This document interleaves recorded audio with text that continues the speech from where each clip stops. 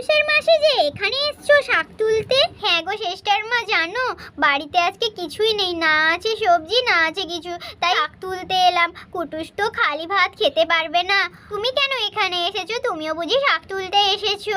না না, বাড়িতে রান্না বান্না তো হয়ে গেছে, আমি তো কালকের জন্য শাক তুলে নি। ওর তো সেই বাইরে গেছে, আর আমার ঠাকুরপোও নেই, কাজে বেরিয়েছে। লক্ষ্মীর খুব খিদে পেয়েছে, তাই দুটো ঘাস কাটতে এসেছি, সেই সঙ্গে দুটো শাক পাতাও তুলে নিয়ে যাব কালকের জন্য। ঠিক করেছো গো, দুজনে এসো আমরা গল্প করি। তো কালকে রাধাদের বাড়িতে চুরি হয়ে গেছে। তাই নাকি? রাধার বাড়িতে চুরি হয়ে ভাবে হলো গো? আরে কালকে একজন ফলালি এসেছিল ফল বিক্রি করার নাম করে। তারপর কি হলো? রাধা বলল কেমন ফল দাও তো একটা টেস্ট করে দেখি, ফলটা মিষ্টি না টক। তো টেস্ট করতে গিয়ে ও অজ্ঞান হয়ে যায়, কারণ ফলের মধ্যে অজ্ঞানের ওষুধ মেশানো।